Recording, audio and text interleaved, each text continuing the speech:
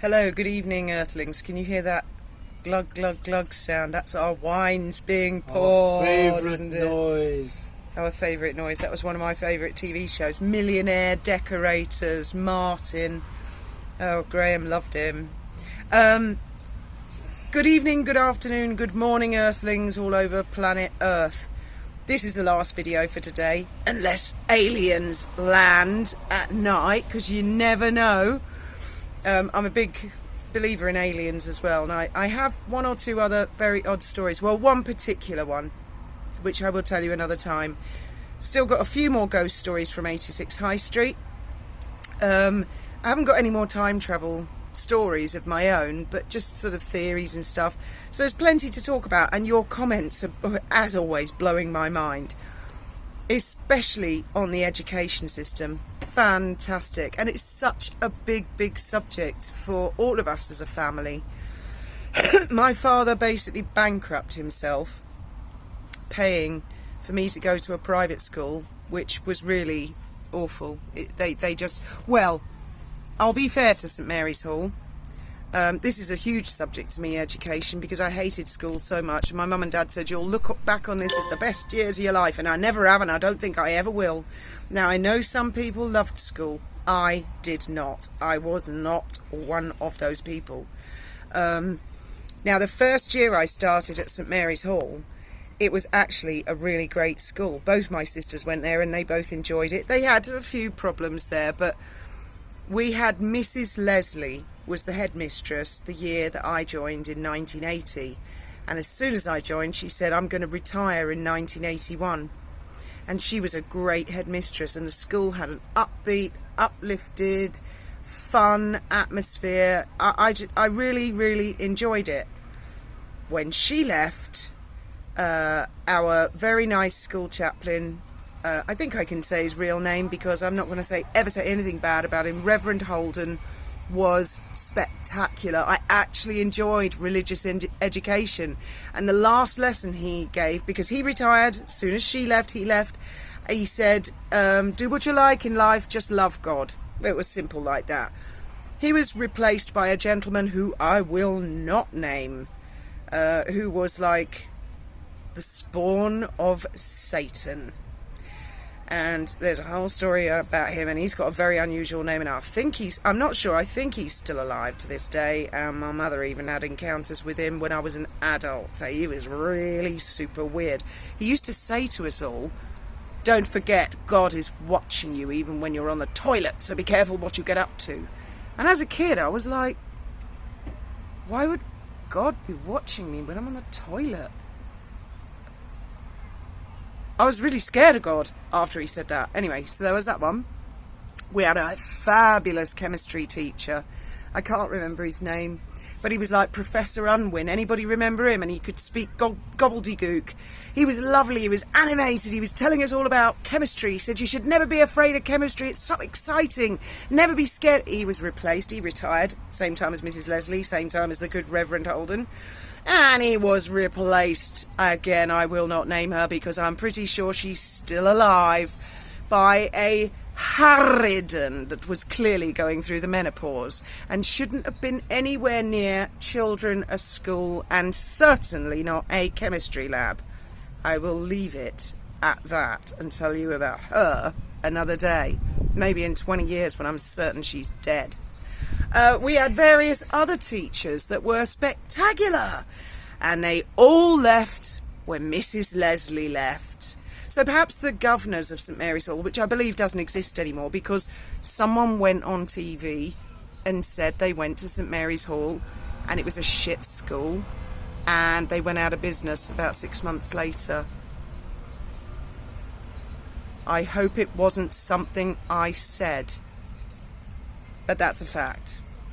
Anyway, so I hated St Mary's Hall, and it sent my father just about bankrupt, and I couldn't even read and write, but I'd learnt the basics of reading and writing at the previous school at Kingscliff. St Mary's Hall did not take it further. I had to use a ruler. I had to break words down into syllables. They used to laugh at me.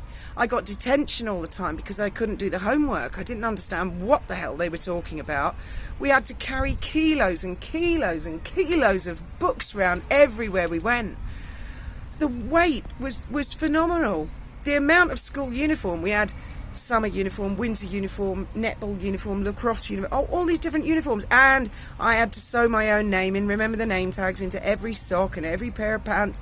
Oh, gym pants, gym t-shirt. I had to do all of that, and it drove me mad. In the end, I ran away. I ran away to London with a friend, which is another story. And we were found, not caught, but we were found. And I said to my mum and dad, if you send me back to that shithole, I'll run away all over again. And I've learned from my mistakes. You won't find me next time. And I begged to go to the local state school, Lewis Priory, which was a good school, nice kids. But by then I was, quite wild, and that didn't work out so well either. Same school Piers Morgan went to. So when the schools in Gibraltar, because our kids were in there, we were living in Gib. They started school there. Lots of parents, they live this side of the border and they put their kids in school. But, there was a big kick-off about the bullying. And as Graham said in his video today, some helpful citizen pointed out that we don't live in Gibraltar. So Benji came home with a letter from the administration saying, you've got a choice. They weren't thrown out of school. They said, you've got a choice. You can either, as they put it, normalise your status by moving back to Gibraltar, which is really expensive. I mean, a rabbit hutch bedsit with no bedrooms, just a bedsit in Gib at that time was about £500 or £600 a month, I think, Graham, maybe more. Now it's probably pushing £1,200 a month. So we would have been horribly uncomfortable in a tiny weeny hot bedsit, just so they could go to school and carry on not learning anything, being miserable and getting bullied.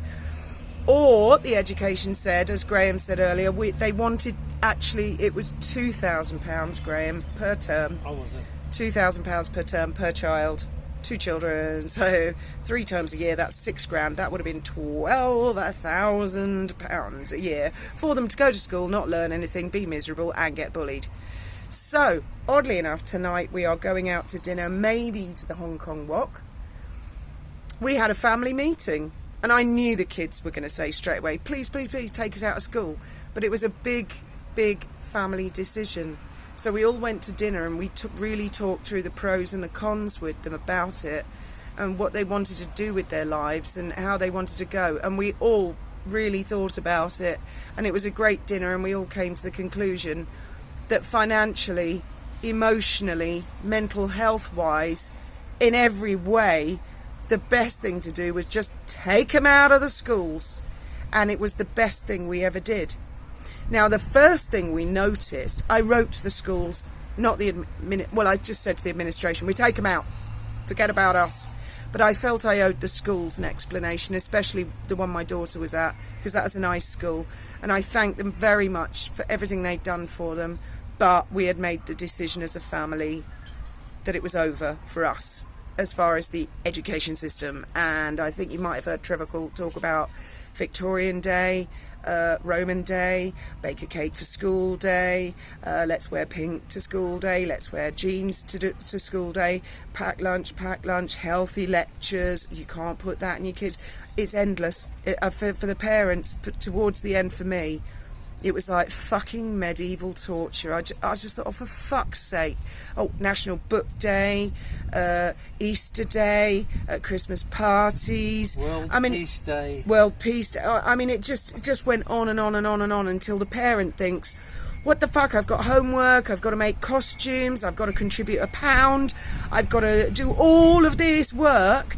And it goes on and on and on and on and on. And my kids came home. Now, I'm not going to blame the schools in Gibraltar because I've got no evidence, but my 2 bickered and never, ever agreed on anything. When we took them out of school, Benji said, well, I don't care about Admiral Nelson and the fact that he was born in Rosier Bay, Gibraltar. To which I said, what? Nelson was born where? And then my daughter backed him up and said, yes, Mum, that's what they were teaching us in school. Nelson was born, he's a Gibraltarian. And I said, no, he fucking isn't. He grew up in Norfolk. He died in the Battle of Trafalgar. And they brought his body to Rosie Bay. What the fuck are you talking about? Now, I don't know if my kids got something wrong or if they really were being taught that. We weren't the only parents who took our kids out of school. Some of them said they just, at age 15 and 16, did not want them to be colouring in on a break time because there was nothing else for them to do. I'm not I mean, this was then, I'm going back years, but we were not impressed at all. Now, the interesting thing is, when my kids used to come home from school, the first thing they'd do, whether we were on the boat or the house, they would just disappear to their respective areas, and we wouldn't see them until the next morning when we'd go in, get up, come on, time to get ready for school. Well, the first evening that I'd said, well, that's it, school's over, they stayed in the living room with us, and we were watching a film. And we thought, this is new. Normally they don't want anything to do with us, do they, Graham? They were full of questions. Who's Hitler? What was that Second World War all about? And we spent the whole evening, Graham telling them all about history. They were fascinated, and it went from there. And they just never shut up, never stopped asking questions. Whereas before, when they were at school, they were like, I'm going to my room, won't go on my computer. They were isolated, they were very hermit-like. They suddenly came out of their shells, and they suddenly started asking questions and showing an interest in the world around them. What does that say about not just Gibraltar, but the education systems everywhere? The other thing I was worried about was that they might not have social lives being homeschooled. Well, I shouldn't have worried about that at all. They found friends in all shapes, sizes, ages, walks of life, and they were big into online gaming, and they made friends all over Europe. And those friends have subsequently come to visit us and stay, and they made friends locally, and they have fantastic social lives. So, and I heard at the time parents going, oh, their education, until the word education loses its, it's just for the sake of it, because they're trained. Go to school, education, pay tax, obey. And it wasn't till the pandemic came along, wow, that split that one right open. So what are your thoughts, without you being, because I know you really fucking hated school and you can be very articulate about it. What's your take on it? Here, take the phone. You just stopped the recording of your, it's still recording. Square red dot. Yeah, okay. It's still recording. Okay. Well, I sort of went into a bit of a rant this morning, and I deleted that video later because I went into what I said, all schools should be closed down, but that wasn't really a good thought. I think the infant schools are great, and the junior schools. It was just the senior schools I found that were particularly offensive, especially when they're ramming religion down your throat, religious education. I was told when I was at school that the only subject on the syllabus that was compulsory was religion. That's religious strange, education, not maths or English. Religion. You'd think it would be reading, writing, maths, wouldn't you? That's the building blocks. I wanted to tell them where they could stick their religion, you know what I mean? Honestly, I did.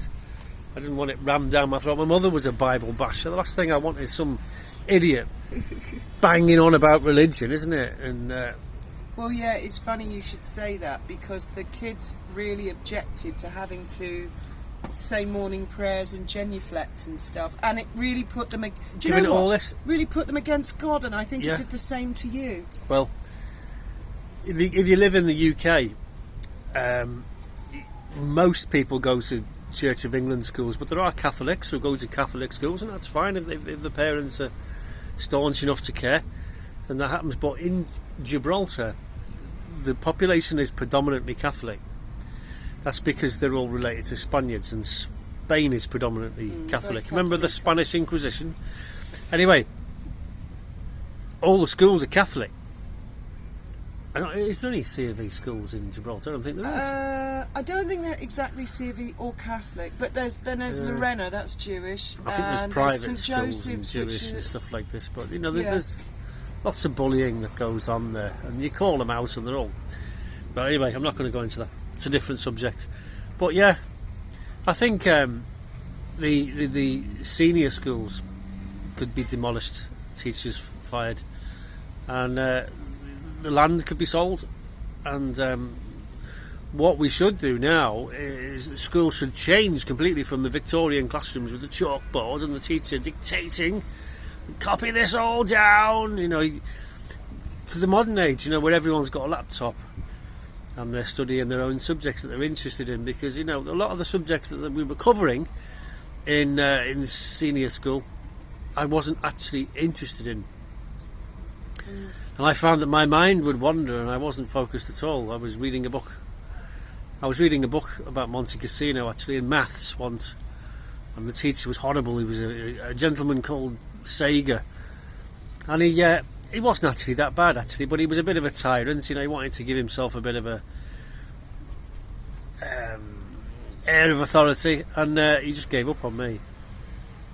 He gave up. He said, "What are you doing?" I said, "I'm reading a book." You're reading a book, and he'd written all the sums out for us all to copy down and show our working and all that. And I said, "I'm reading a book. What's it called?" He goes, "Monte Cassino." Monte Cassino? Oh, wow. Yes, my father did the Anzio landings, and he sat down. He was talking to me about the war for ages, and I'm thinking, oh yeah, playing it cool. But the teachers get in trouble now because they've got to follow what the politicians say. You've got to learn. Yeah. But it turned out he was all right in the end, and he's like, he just gave up. I said, "Look, we've got electronic calculators now, I know you're not allowed to use them in exams, but look, I can add, subtract, multiply and divide. It's there. You know what I mean? If the sum is more complicated than that and I can't work it out, I can always find a mathematician or someone with a big teeth-out leg head and a white coat, to say, excuse me, but I'm trying to... I never ever, I tell a lie, once in my entire... I'm 61 years old this year. Once in my entire life did I have to use pi to work out the area of a circle. Oh, that was the barrel in the kitchen. And that was it, a barrel in the kitchen had a circular top, and I thought, we got to order some resin to pour on it. And we measured it, and I thought, pi r squared, and it was actually less than a square metre. But you could have just gone square and said, well, it's less than a square metre, because the edges are missing, aren't they? So maths is absolutely useless unless you want to go and have a career which involves lots of maths. And in which case, then maths, go ahead, learn maths. Well, yeah, I mean, if you want to go into a particular profession, then you can do the subjects. I had a geography teacher who was spectacular, and I don't think he's alive anymore because he had cancer, Dr. Dixon. He was so funny. He was really, in touch with the girls. But I do remember having an argument with him about, he said I had to memorise how many sheep they had in New Zealand in 1982, and I was like, do you think I'm ever going to need that information as long as I live? And he did laugh, and I'll tell you what, I've never needed that information to this day. I mean, it might crop up between now and death, and do you know what, I can't remember how many sheep. It was something like 284,000, or could have been 1 million. But what the fuck, why does anybody need to know how many sheep they had in New Zealand? Really specifically how many sheep they had in New Zealand. And St Mary's all used to fill our heads, or try and fill our heads with this nonsense. So, and that's going back then. And I think things have progressively gotten worse and worse and worse. And I'll probably do a few videos on education because it is important. They are 100% of the future. All the children who go to school.